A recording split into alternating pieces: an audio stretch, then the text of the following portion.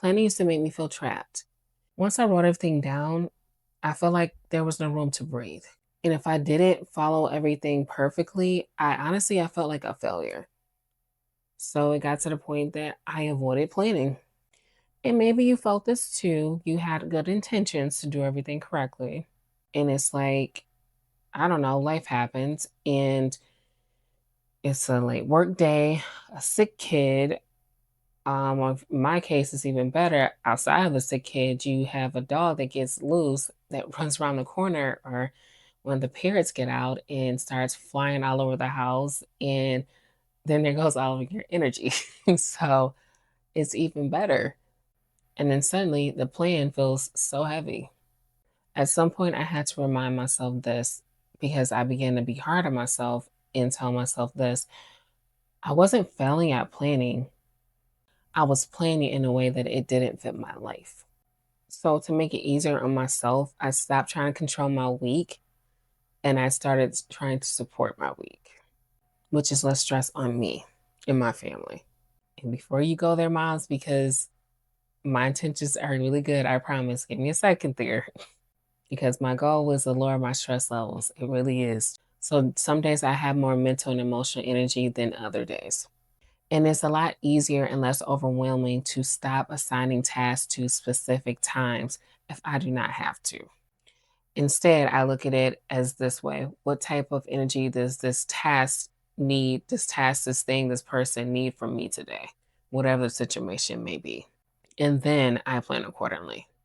And that question has changed a lot for me every single time. And it's a lot less stressful, and I'm able to breathe a little bit better. And I get some things still may need to be tied to times if needed outside of work. I do understand that. But if it doesn't have to be, I don't tie it to it. And if I need to, I break things down to three priorities if my schedule might seem a little bit full, just to make it easier for me and for my family. And by doing it, if I complete those three priorities, I feel like I did what I need to do during the week. When I don't complete them, then I feel like I might have did something wrong, but I do a reset and reset myself from there and try to set myself up for success going forward. Anything else that falls outside of that is flexible, in my opinion. And keep in mind, these are things outside of the school and working hours, or anything that we need to be flat out dedicated to. Like, there's no way outside of this. So I choose three top priorities, just three, no more than that. And if I complete those three, I feel like the week was very positive, like I did what I need to do. Anything outside of that is very flexible. I always keep a little bit of space in the day for me and my family. So that way, like our margin, so to speak, to make sure we have that moment to keep us from being overwhelmed as much as possible. It's our protection and keep us centered. And before, we used to look at it as that margin used to scare us, like, okay, we can fit a couple more things in there all the time. We can fit it, we can make it work. But now that is our time just to keep for us.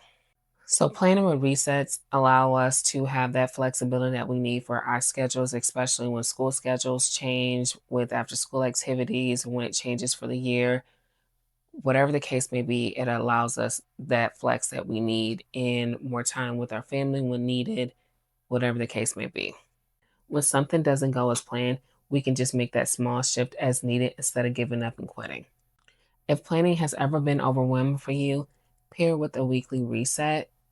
It will make all the difference.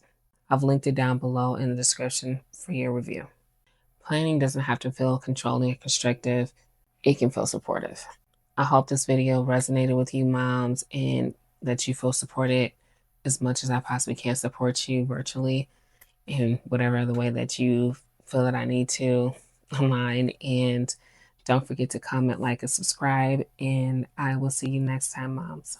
Bye.